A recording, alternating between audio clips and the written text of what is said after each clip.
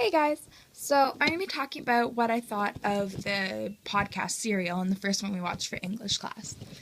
Personally, I really liked it. I thought that it was like having a podcast was an interesting way to present a news story. It allowed the listener to kind of to listen to it, but also to be like they don't have to be staring at a screen for the whole hour because sometimes that can get like you get distracted or you stop listening or whatnot. So it was nice that you could listen to it without having to watch something at the same time. I think the way that Sarah Koenig presented the facts and the information was really effective in that it was as though the listener was learning and kind of discovering the different parts and the different clues and one thing leading to another within the mystery with her. So it made it feel like they were there kind of being the detective as well. The way that she used multiple voices I thought was also really effective. It let the listener feel like they were kind of there with her interviewing. Excuse me.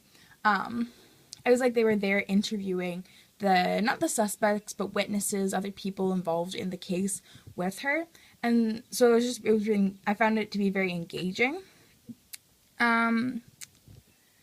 The way that she presented the points was also showed that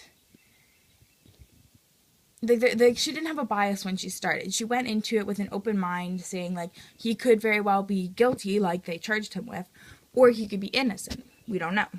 And so it was kind of like she presented the points in a way that one thing led to another, and as she found out more, it seemed more and more likely that he was innocent without necessarily looking for things that proved his innocence.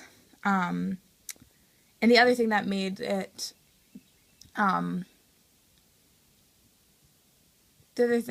it more believable and convincing was that she presented of convincing of his innocence was that she presented points which countered his innocence.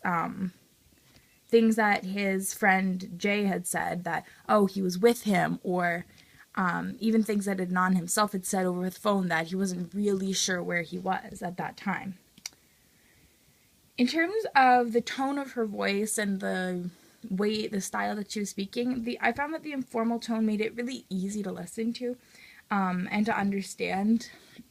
It wasn't as if you were trying to listen to some like university lecture, like psychological debate, or trying to decode what she was saying. She was just spoke in a way that you would talk to people that you know. Really like super informal, and so it was easy to listen to and understand. Also, she asked the audience questions. Obviously, not questions that they had to answer out loud because it's a podcast, but questions that kind of engaged them and made them think about it. Like, oh, was he innocent? Was he really there? Was Jay telling the truth? Was Asia telling the truth?